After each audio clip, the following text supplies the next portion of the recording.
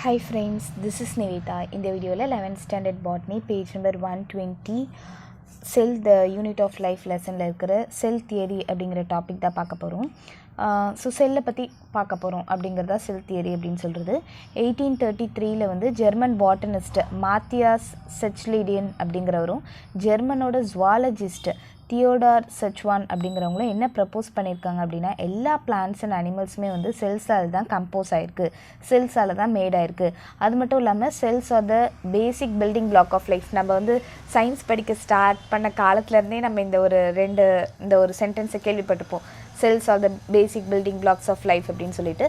So ஆமாம், cells தான் வந்து நம்ம ஒரு புதுசாக ஒரு லைஃப் உருவாகணும் அப்படின்னா நிறைய செல்ஸ் சேர்ந்தால் மட்டும்தான் உருவாக முடியும் அப்படிங்கிறத அவங்க வந்து ப்ரப்போஸ் பண்ண அந்த ஒரு தியரி. ஓகேவா?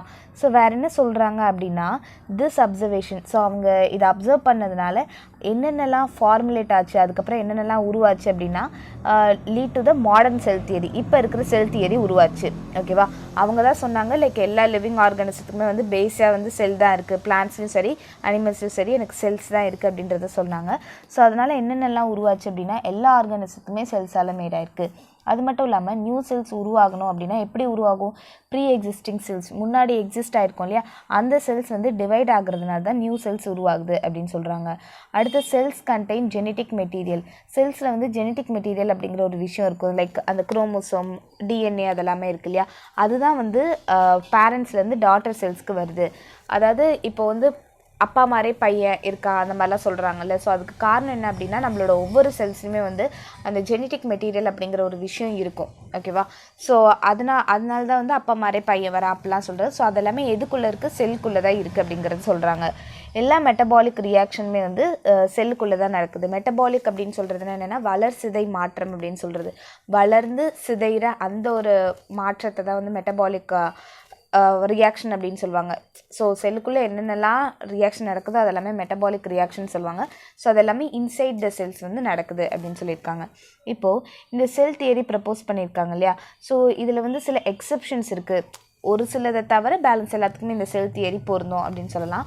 அது என்ன அப்படின்னு பார்த்தீங்கன்னா வைரஸஸ் வந்து பயாலஜிக்கு ஒரு பெரிய பசிலாக தான் இருக்குதுன்னு சொல்லலாம். வைரஸஸ், விரியார்ஸ், ப்ரியான்ஸ் இதெல்லாமே வந்து இந்த செல் தியரிக்கு எக்ஸப்ஷன் அப்படின்னு சொல்லியிருக்காங்க. நம்ம ஏற்கனவே வந்து ஃபர்ஸ்ட் லெசனில் பார்த்துருக்கோம் இதெல்லாமே என்ன அப்படின்னு சொல்லிட்டு. ஸோ அது என்ன அப்படின்னு சொல்லிட்டு நான் கீழே வந்து டிஸ்கிரிப்ஷனில் ஒரு வீடியோ கொடுக்குறேன். ஓகேவா? ஸோ அதை போய் பாருங்கள். இது எல்லாத்துக்கும் தவிர எனக்கு வேறு எல்லா இதுக்குமே வந்து இந்த செல் தியரி பொருந்தும் அப்படின்னு சொல்கிறாங்க. வைரஸஸை பொறுத்தவரை அதுக்கு வந்து புரோட்டோபிளாசம் அப்படிங்கிறது இருக்காது. புரோட்டோபிளாசம்னா என்ன அப்படின்னா, இப்போ நியூக்ளியஸ்குள்ளே ஒரு லிக்விட் மாதிரி ஒரு பொருள் இருக்கும், அது வந்து நியூக்ளியோபிளாசம் அப்படின்னு சொல்லுவாங்க. அதே மாதிரி செல்லுக்குள்ளே நியூக்ளியஸ்க்கு வெளியில் பார்த்திங்கன்னா உங்களுக்கு சைட்டோபிளாசம் அப்படிங்கிறது இருக்கும். ஓகேவா? So nucleoplasm plus cytoplasm together form the protoplasm. ஓகேவா? ஸோ இந்த வைரஸ்க்கு வந்து இந்த புரோட்டோபிளாசம் அப்படிங்கிறது இருக்காது. புரோட்டோபிளாசம் அப்படின்றத எசென்ஷியல் பார்ட் ஆஃப் செல்ஸ், ஒவ்வொரு செல்லோட ஒரு முக்கியமான பார்ட் அப்படின்னு சொல்லலாம். இந்த வைரஸ் எல்லாமே வந்து எப்படி எக்ஸிஸ்ட் ஆகுது அப்படின்னு பார்த்தீங்கன்னா ஆப்ளிகேட் பேரசைட்ஸ்னால் என்னது? அது வந்து ஒரு ஹாஸ்ட்டை தாண்டி வெளியில் இருக்கும்போது அது வந்து லிவிங்காகவே அதை கன்சிடர் பண்ண மாட்டாங்க. அது வந்து ஏதோ ஒரு மனுஷனுக்குள்ளேயோ அல்லது ஏதோ ஒரு பிளான்ட் மேலேயே வந்ததுக்கப்புறம் தான் அது என்ன பண்ணோன்னா ஃபாஸ்ட்டாக டிவைட் ஆக ஆரம்பிக்கும், தன்னோட ப்ராசஸ் எல்லாமே பண்ண ஸ்டார்ட் பண்ணும். ஸோ அதுவே வந்து செல்ஸ்க்கு வெளியில் இருந்ததுன்னா அது வந்து ஒரு டெட் செல் மாதிரி தான் ரியாக்ட் பண்ணும் அப்படின்னு சொல்கிறாங்க. ஓகேவா? ஸோ அதனால தான் ஆப்ளிகேட் பேரசைட்ஸ் அப்படின்னு சொல்லியிருக்காங்க. Which are sub cellular in nature. Sub செல்லுலார்னு என்னது? செல்லுலார் இன் நேச்சர்னை விட கம்மியான ஒரு லெவல்னால் என்னது? வெளியில் இருக்கும்போது அது வந்து செல்ஸாகவே இதுவாகாது, அந்த செல்ஸுக்குடைய அந்த ஒரு வேலையெல்லாம் அது செய்யவே செய்யாது. பட் ஹாஸ்ட்டுக்குள்ளே வந்தோடனே செல்ஸ்க்குடைய வேலையெல்லாம் செய்யும். ஸோ இதெல்லாமே வந்து செல் தியரிக்கு எக்ஸப்ஷனாக இருக்குது அப்படின்றத சொல்கிறாங்க. அடுத்தது நம்ம பார்க்க போகிறது என்ன அப்படின்னா புரோட்டோபிளாசம் தியரி அப்படின்னு சொல்கிறது. கார்டி அப்படிங்கிறவர் தான் வந்து ஃபஸ்ட்டு அப்சர்வ் பண்ணியிருக்காரு. புரோட்டோபிளாசம் அப்படிங்கிற ஏதோ ஒன்று இருக்குது அப்படின்னு சொல்லிட்டு அவர் தான் முதல்ல பார்த்துருக்காரு. அதுக்கப்புறம் ஃபெலிக்ஸ் ஜார்டின் அப்படிங்கிறவர் தான் வந்து என்ன சொல்லியிருக்காரு அப்படின்னா, அப்சர்வ்டு எ லிவிங் ஜூஸ் இந்த அனிமல் செல்லில் வந்து ஏதோ ஒரு லிவிங் ஜூஸ் இருக்குது, அந்த ஜூஸில் வந்து லிவிங் இது மெட்டீரியல்ஸ் எல்லாமே இருக்குது அப்படிங்கிறத கண்டுபிடிச்சிருக்காரு. அதை என்னன்னு சொல்கிறாரு அப்படின்னா சார்கோட் அப்படின்னு சொல்லியிருக்காரு. ஓகேவா? முதல்ல கார்டி அப்படிங்கிறவர் வந்து புரோட்டோபிளாசத்தை வந்து அப்சர்வ் பண்ணியிருக்காரு. ஃபெலிக்ஸ் ஜூஜார்டின் அப்படிங்கிறவர் வந்து லைக் என்ன அப்சர்வ் பண்ணியிருக்காரு அப்படின்னா அனிமல் செல்லில் ஒரு லிவிங் ஜூஸ் இருக்குது, அது பேர் சார்கோட் அப்படின்னு அப்சர்வ் பண்ணியிருக்காரு. அப்புறம் புர்கின்ஜி அப்படிங்கிற ஒரு 1839 புரோட்டோபிளாசம் அப்படிங்கிற ஒரு டேர்மை வந்து காயின் பண்ணியிருக்காரு. ஓகேவா, எதுக்காக அப்படின்னா ஃபார் த சாப் inside the plant sell. Plant செல்லுக்கு சாப்னா என்னென்னா ஒரு லிக்விட் மாதிரி இருக்கிற ஒரு இதை வந்து அவர் வந்து அந்த பிளான்ட் செல்லுக்குள்ளே இந்த சாப் இருக்குது, சாப்னா அந்த லிக்விட் லைக் சப்ஸ்டன்ஸ் மாதிரி இருக்குது, அதை வந்து புரோட்டோபிளாசம் அப்படின்னா அவருக்கு வந்து அது பேர் வச்சுருக்காரு. ஓகேவா, அடுத்தது ஹியூகோ வான் மாயில் அப்படிங்கிறவர் தான் வந்து புரோட்டோபிளாசத்தோட இம்பார்ட்டன்ஸை சொல்லியிருக்காரு.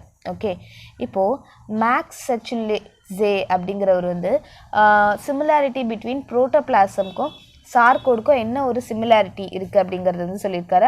அதை வந்து ஒரு தியரியாக ப்ரப்போஸ் பண்ணியிருக்காரு. அதை தான் வந்து புரோட்டோபிளாசம் தியரி அப்படின்னு வந்து ஓஹெர்ட்ஸ்விக் அப்படிங்கிறவர் சொல்லியிருக்காரு.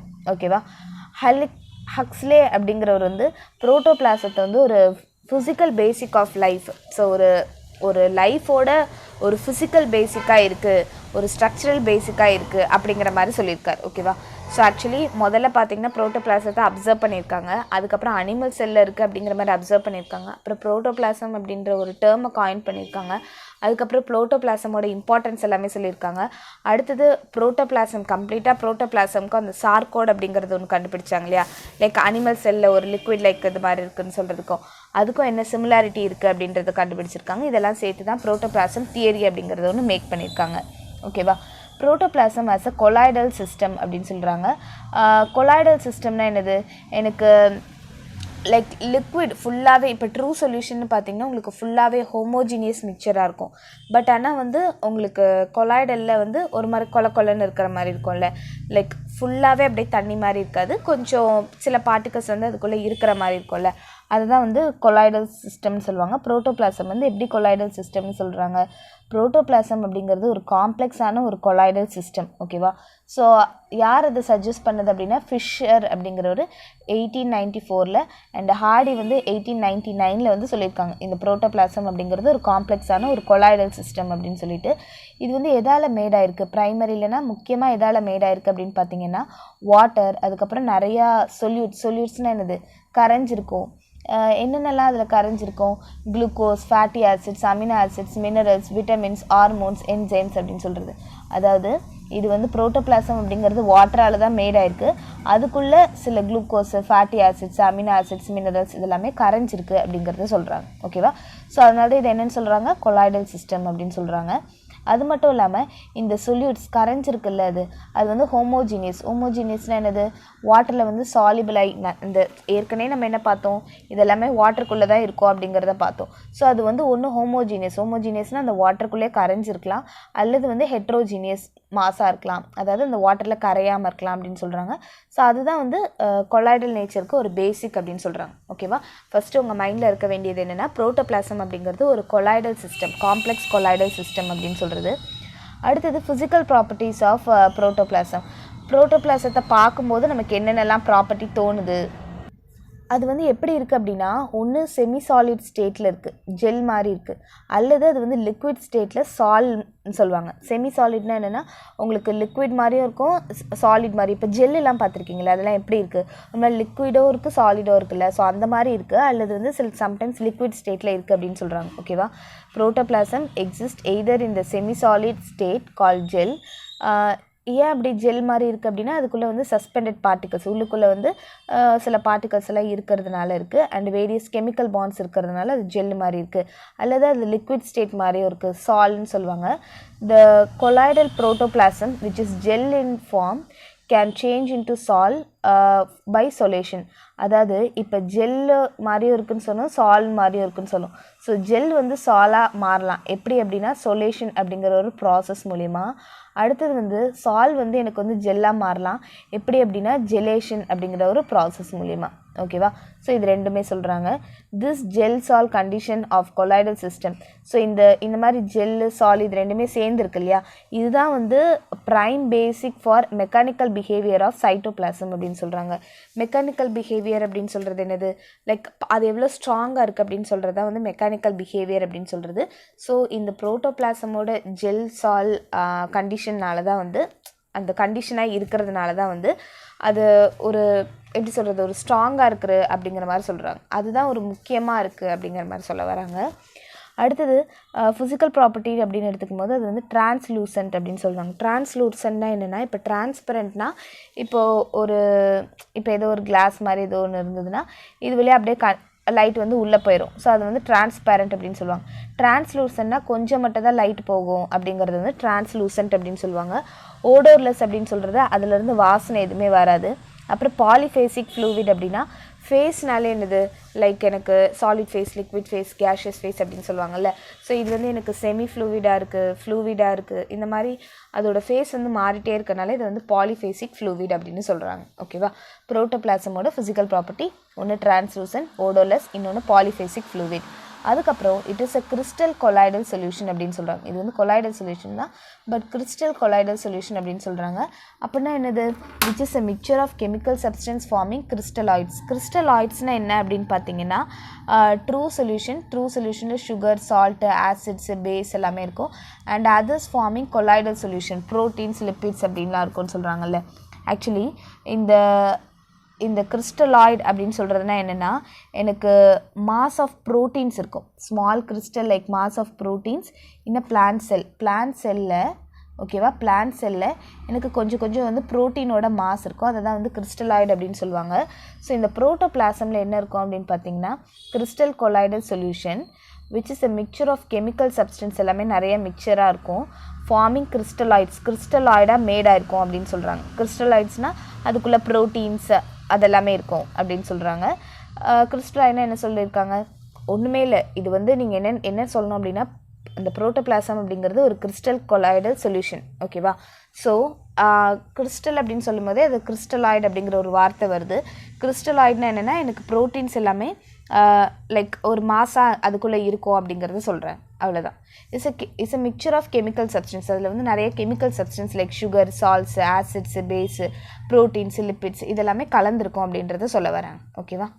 அடுத்தது என்ன அப்படின்னா, ஒரு ப்ராப்பர்ட்டி, இந்த புரோட்டோபிளாசம் வந்து 3 இம்பார்ட்டன்ட் ப்ராப்பர்ட்டியை வந்து எக்ஸிபிட் பண்ணுது. Brownian movement, amoeboid movement, cytoplasmic streaming or cyclosis அப்படின்னு சொல்கிறது. ப்ரௌனியன் மூமெண்ட் அப்படின்னு சொல்கிறதுனா என்னென்னா, இப்போ இந்த ஜிக்ஸாகாக அந்த வழி போவோன்னு பார்த்துருக்கோம் இல்லையா. இப்போ ஒரு மெட்டீரியல் இருந்தது அப்படின்னா அது வந்து எப்படி போகும் அப்படின்னா ஜிக்ஸாக் பாத்தில் போகும். அதே மாதிரி அதுக்கு பின்னாடி வர மெட்டீரியலும் இது என்ன பாத்தில் போச்சோ அதே பாத்தில் போகும். அதுதான் ப்ரௌனியன் மூமெண்ட் அப்படின்னு சொல்லுவாங்க. ஸோ புரோட்டோபிளாசம்னா ஒன்றுமே இல்லை, நம்மளோட ஒவ்வொரு செல்லுலுமே வந்து சைட்டோபிளாசம்னு ஒன்று இருக்கும், நியூக்ளியோபிளாசம்னு ஒன்று இருக்கும். இது ரெண்டும் சேர்ந்தது தான் புரோட்டோபிளாசம் அப்படிங்கிறது. ஸோ இந்த பிக்சரில் பார்த்திங்கன்னா உங்களுக்கு கொடுத்துருப்பாங்க நியூக்ளியஸ்குள்ளே இருக்கிறது, அதுக்கப்புறம் சைட்டோபிளாசம், இது எல்லாமே ரெண்டுமே சேர்ந்து தான் புரோட்டோபிளாசம் அப்படின்னு சொல்கிறது. அதுக்கப்புறம் பிளாஸ்மா மெம்பரேன்னா இந்த புரோட்டோபிளாசமோட அந்த அவுட்டர் ஸ்ட்ரக்சரை தான் வந்து பிளாஸ்மா மெம்பரேன் அப்படின்னு சொல்கிறது, ஒரு வால் மாதிரி இருக்கிறது தான். அடுத்தது வந்து அமீபாய்டு மூமெண்ட் அப்படின்னு சொல்லியிருக்காங்களா. அமீபாய்டு மூமெண்ட்னா என்னது, இப்போ இதுதான் வந்து ஒரு அமீபாவில் வந்து நியூக்ளியஸ் இருக்கும், வேக்யூல்ஸ் எல்லாமே இருக்கும். ஸோ இந்த அமீபா என்ன பண்ணும், ஒரு இடத்துலேருந்து இன்னொரு இடத்துக்கு போகிறதுக்கு அது இந்த ஒரு பார்ட் இருக்குல்ல, இந்த ஒரு பார்ட்டை வந்து அது இந்த மாதிரி எக்ஸ்டெண்ட் பண்ணி இது பண்ணல, இதை தான் வந்து அமீபாய்டு மூமெண்ட் அப்படின்னு சொல்லுவாங்க. ஸோ இந்த புரோட்டோபிளாசமும் அமீபாய்டு மூமெண்ட்டை ஏற்படுத்தும் அப்படின்னு சொல்கிறாங்க. அடுத்தது சைட்டோபிளாஸ்மிக் ஸ்ட்ரீமிங் அல்லது சைக்ளாசிஸ் அப்படின்னு சொல்கிறதுனா என்னென்னா, அந்த சைட்டோபிளாசம் இருக்கு இல்லையா, அது வந்து எனக்கு வந்து லைக் போகும் அப்படின்னு சொல்கிறாங்க. இந்த ஃப்ளோ ஆஃப் சைட்டோபிளாசம் தான் வந்து சைட்டோபிளாஸ்மிக் ஸ்ட்ரீமிங் அப்படின்னு சொல்லுவாங்க. ஓகேவா. ஸோ அந்த சைட்டோபிளாசம் எப்படி போகுது அப்படின்னா பை எ ஃபோர்ஸ் மூலியமாக தான் போகுது. இது மூலியமாக தான் வந்து உங்களுக்கு அந்த மாலிகுல்ஸ் எல்லாமே வந்து அந்த செல்லுக்குள்ளே நிறைய ஆர்கனெலிஸ் இருக்கும் இல்லையா. ஸோ இப்போ இங்கே இருக்கிற ஆர்கனெலிஸ்க்கு வந்து இங்கே இருக்கிற ஏதோ ஒரு மெட்டீரியலை வந்து பாஸ் பண்ணணும் அப்படின்னா இந்த மாதிரியான சைக்ளாசிஸ் மூலியமாக, சைக்ளாசிஸ்னால் என்னது, இந்த சைட்டோபிளாஸ்மிக் வந்து ஒரு இடத்துலேருந்து இன்னொரு இடத்துக்கு போகிறது மூலிமா ட்ரான்ஸ்ஃபர் ஆகும் அப்படின்றத சொல்கிறாங்க. ஓகேவா. அடுத்தது விஸ்காசிட்டி ஆஃப் த புரோட்டோபிளாசம் வந்து 2 to 20 சென்டிபாய்சஸ் அப்படின்னு சொல்கிறாங்க. விஸ்காசிட்டி அப்படின்னு சொல்கிறது என்னது, அந்த பாகுத்தன்மை அப்படின்னு சொல்கிறது. அந்த இப்போ பாகுலாம் பார்த்துருப்பீங்க, அந்த சக்கரை பாகு, அதுக்கப்புறம் அந்த வெள்ளைப்பாகு அதெல்லாம் பார்த்துருப்பீங்கள்ல, ஒரு மாதிரி லைக் செமி ஃப்ளூவிடாக இருக்கிற மாதிரி இருக்கும்ல. ஸோ அந்த புரோட்டோபிளாசத்தோட அந்த ஒரு விஸ்காசிட்டியோட லெவல் என்ன அப்படின்னு பார்த்தீங்கன்னா 2 to 20 சென்டிபாய்சஸ் அப்படின்னு சொல்கிறாங்க. சென்டிபாய்சஸ் அப்படின்னு சொல்கிறது என்ன அப்படின்னு பார்த்தீங்கன்னா, உங்களுக்கு வந்து சிஜிஎஸ் சிஸ்டத்தில் ஒரு மெஷர், ஓகேவா, சென்டிமீட்டர், கிராம், செகண்ட்னு சொல்லுவாங்கள்ல, அதில் வந்து ஒரு மெஷர் தான் வந்து நம்ம சொல்கிறாங்க. ஓகேவா. அதுக்கப்புறம் the refractive index of the protoplasm வந்து 1.4ன்னு சொல்லியிருக்காங்க. இப்போது இந்த refractive index of the vacuum அதெல்லாம் சொல்லும்போது 1ன்னு சொல்லுவாங்க, refractive index of the waterன்னு சொல்லும்போது 1.33 சொல்லுவாங்க, கிளாஸ்ன்னு சொல்லும்போது 1.52ன்னு சொல்லுவாங்க. ஸோ ஒவ்வொரு மெட்டீரியலுக்குமே ஒவ்வொரு refractive index இருக்கும். ஓகேவா? ஸோ அதே மாதிரி உங்களுக்கு புரோட்டோபிளாசத்துக்கும் வந்து ரிஃப்ராக்டிவ் இண்டெக்ஸ் இருக்குது, அதோட வேல்யூ 1.4 அப்படின்னு சொல்லியிருக்காங்க. அதுக்கப்புறம் இந்த pH ஆஃப் த புரோட்டோபிளாசம் வந்து அரௌண்ட் 6.8 அப்படின்னு சொல்கிறாங்க. ஸோ மேபி அது ஆசிட் அப்படிங்கிற மாதிரி சொல்லலாம். அதில் என்ன இருக்கும் அப்படின்னா 90% வாட்டர் இருக்கும். அப்ராக்சிமேட்லி அதில் 34 எலமெண்ட் வந்து புரோட்டோபிளாசமில் இருக்கான். அதில் வந்து 13 எலமெண்ட்ஸ் தான் வந்து முக்கியம், யூனிவர்சல் எலமெண்ட்ஸ் அப்படின்னு சொல்லலாம். Carbon, hydrogen, oxygen, nitrogen, chlorine, calcium, phosphorus, sodium, potassium, sulphur, magnesium, iodine, iron இதெல்லாமே இருக்குதுன்னு சொல்லியிருக்காங்க. அதுக்கப்புறமேட்டு கார்பன், ஹைட்ரஜன், ஆக்சிஜன், நைட்ரஜன் இதுதான் வந்து 96% ஆஃப் த புரோட்டோபிளாசமில் இதுதான் இருக்குது அப்படின்னு சொல்கிறாங்க. ஓகேவா? அடுத்தது புரோட்டோபிளாசம் வந்து எலக்ட்ரிசிட்டிக்கு ரொம்ப நல்லா கண்டக்ட் பண்ணணும்னு சொல்ல முடியாது, பேட் கண்டக்டர்னு சொல்ல முடியாது. ஓகேவா? ஸோ மாடரேட்டாக இருக்கும்னு சொல்லலாம். It forms a delimiting membrane in contact with the water and solidifies when heated. இப்போது இந்த புரோட்டோபிளாசம் வந்து ஹீட் பண்ணோம் அப்படின்னா அது வந்து சாலிடாக மாறிடுவான். முதல்ல செமி ஃப்ளூவிடாவோ அல்லது ஃப்ளூவிடாவோ இருக்கும் இல்லையா, அதை வந்து நம்ம ஹீட் பண்ணோம் அப்படின்னு சொன்னால் அது வந்து சாலிடாக மாறிடும்னு சொல்கிறாங்க. அண்ட் டீலிமிட்டிங் மெம்பரேன்னா இப்போ நம்ம பார்த்தோம்ல புரோட்டோபிளாசமுக்கே வந்து பிளாஸ்மா மெம்பரேன் அப்படிங்கிற ஒரு அவுட்டர் லேயர் இருந்ததுன்னு பார்த்தோம் இல்லையா. ஸோ ஒரு டீலிமிட்டிங் மெம்பரேன்னா என்னதுன்னா இங்கே இருக்கிறது அங்கே போகக்கூடாது, அங்கே இருக்கிறது இங்கே வரக்கூடாது அப்படிங்கிறதுக்காக தன்னைத்தானாலே வந்து டீலிமிட் பண்ணிக்கிறது தான் டீலிமிட்டிங் மெம்பரேன் சொல்கிறது. ஸோ புரோட்டோபிளாசம் அப்படி ஒன்று ஃபார்ம் பண்ணும் அப்படின்றத சொல்கிறாங்க. ஓகேவா? அடுத்தது கொஹசிவ்னஸ் அப்படின்னா என்னென்னா லைக் அந்த ஜாயினிங்கை சொல்கிறது. ஓகேவா? Particles or molecules of the protoplasm எல்லாமே வந்து எப்படி வந்து ஒன்றத்தோட ஒன்று ஒட்டி இருக்குது அப்படின்னா பை ஃபோர்ஸஸ். என்ன ஃபோர்ஸு? வேண்டர்வால்ஸ் பாண்ட்ஸ் மூலமா ஒன்றோட ஒன்று ஒட்டி இருக்குது அதுக்குள்ளே இருக்கிறது எல்லாமே அப்படின்னு சொல்கிறாங்க. That hold long chains of molecules together. So புரோட்டோபிளாசம்குள்ளே இருக்கிற லாங் செயின்ஸ் எல்லாமே இந்த வேண்டர்வால்ஸ் பாண்ட் மூலயமா தான் ஒன்றா இருக்குது அப்படின்னு சொல்கிறாங்க. இந்த ப்ராப்பர்ட்டி வந்து ஸ்ட்ரென்த் ஆஃப் திஸ் ஃபோர்ஸஸ் வந்து வேரி ஆகிட்டே இருக்கும் அப்படின்னு சொல்கிறாங்க. அடுத்தது கான்ட்ராக்டிலிட்டி அப்படின்னா சுருங்கி விரிகிற அந்த ஒரு தன்மை. அந்த புரோட்டோபிளாசமோட அந்த கான்ட்ராக்டி வந்து எதுக்கு இம்பார்ட்டண்ட் அப்படின்னா அப்போ தான் வந்து அதால் அப்சர்வ் பண்ண முடியும், தாங்கிட்ட இருக்கிற வாட்டரை வந்து ரிமூவ் பண்ண முடியும். So especially for stomatal operation, ஸ்டொமேட்டாவில் வந்து இந்த டிரான்ஸ்பிரேஷன் அதெல்லாமே நடக்கும்ல, அது எல்லாத்துக்குமே வந்து இந்த கான்ட்ராக்டபிலிட்டி அப்படிங்கிற அந்த ஒரு ப்ராப்பர்ட்டி இருக்குது அப்படின்னு சொல்கிறாங்க. அடுத்தது சர்ஃபேஸ் டென்ஷன் அப்படின்னு சொல்கிறது. சர்ஃபேஸ் டென்ஷனில் நீங்கள் ஃபிசிக்ஸில் படிப்பீங்க. இப்போ ஒரு வாட்டர் இருக்குதுன்னு வச்சுக்கோங்களேன், இந்த நான் ஜார் ஃபுல்லாக ஒரு வாட்டர் இருக்குது அப்படின்னா சம்டைம்ஸ் இதுக்கு மேலே வந்து ஒரு இன்செக்ட் இருக்கும்போது, ஓகேவா, இதுக்கு மேலே ஒரு இன்செக்ட் இருக்கும்போது அந்த வாட்டர் என்ன பண்ணோம் அப்படின்னா அப்படியே கீழே போகிற மாதிரி இருக்கும். Can you understand? அந்த ஒரு இடத்துல மட்டும் உங்களுக்கு அது வந்து கொஞ்சம் கீழே இருக்கிற மாதிரி இருக்கும். ஸோ சர்ஃபேஸ் டென்ஷன் அப்படிங்கிறது அதால் எவ்வளோ முடியுது, அதோட சர்ஃபேஸ் ஏரியா இருக்கு இல்லையா, அதோட சர்ஃபேஸ் ஏரியாவை அதால் எவ்வளோ வந்து குறைச்சிக்க முடியுது அப்படிங்கிறத சர்ஃபேஸ் டென்ஷன் அப்படின்னு சொல்கிறது. இப்போது proteins and lipids of the புரோட்டோபிளாசத்துக்கு எல்லாமே வந்து லெஸ் சர்ஃபேஸ் டென்ஷன் தான் இருக்கான். அது வந்து அவ்வளோவா லைக் குறையாதான். அதனால் அது வந்து சர்ஃபேஸ் ஆஃப் த மெம்பரேனில் இருக்குதுன்னு சொல்கிறாங்க. அதாவது இப்போ இந்த மாதிரி அதோட சர்ஃபேஸில் வந்து உங்களுக்கு ப்ரோட்டீன்ஸு, லிப்பிட்ஸ் இதெல்லாமே இதோட சர்ஃபேஸில் இருக்குது அப்படின்னு சொல்லியிருக்காங்க. அதுக்கப்புறம் அந்த other and chemical substance like NaClலாம் வந்து நிறைய சர்ஃபேஸ் டென்ஷன் இருக்குது. அதனால் அது வந்து புரோட்டோபிளாசமோட டீப்பில் இருக்குது அப்படின்னு சொல்கிறாங்க. ஓகேவா? So less surface tension area இருக்கிறது வந்து உங்களுக்கு இதோட சர்ஃபேஸ்லேயும் புரோட்டோபிளாசமோட சர்ஃபேஸ்லேயும் NaClலாம் வந்து அதிகமான சர்ஃபேஸ் டென்ஷன் இருக்குது. அதனால் அது வந்து உள்ளேயும் இருக்குது அப்படின்னு சொல்கிறாங்க. ஓகே, ரொம்ப சர்ஃபேஸ் டென்ஷன் இருந்ததுன்னா என்ன ஆகும், எனக்கு இந்த செல்ஸே வந்து ரொம்ப சுருங்கிடும். அதனால தான் இது வந்து லெஸ் சர்ஃபேஸ் டென்ஷன் ஏரியா இருக்கிறது வந்து இந்த மாதிரி சைடில் இருக்குது அப்படின்னு சொல்ல வராங்க. ஓகேவா? பேசிக்காக உங்களுக்கு நிறைய பாயிண்ட் புரோட்டோபிளாசமை பற்றி நிறைய பாயிண்ட் சொல்கிறாங்க. ஃபிசிக்கல் ப்ராப்பர்ட்டிஸ் அதெல்லாம் எப்படி இருக்குது அப்படிங்கிற மாதிரி சொல்லியிருக்காங்க. ஸோ நீங்கள் அதெல்லாமே படித்து பார்த்துட்டு ஒரு 5 பாயிண்ட்ஸ் நல்லா கிளியராக இருக்கிற ஒரு 5 பாயிண்ட்ஸ் 5லேருந்து 6 பாயிண்ட்ஸ் வரைக்கும் நீங்கள் ஞாபகம் வச்சுக்கிட்டா போதும். தேங்க்யூ ஃபார் வாட்சிங். இந்த வீடியோ உங்களுக்கு பிடிச்சிருந்தா லைக் பண்ணுங்கள், ஷேர் பண்ணுங்கள், சப்ஸ்கிரைப் டு மை சேனல். இந்த கொஷின் ரொம்ப ரொம்ப இம்பார்ட்டண்ட்டான கொஷின். தேங்க்யூ ஃபார் வாட்சிங்.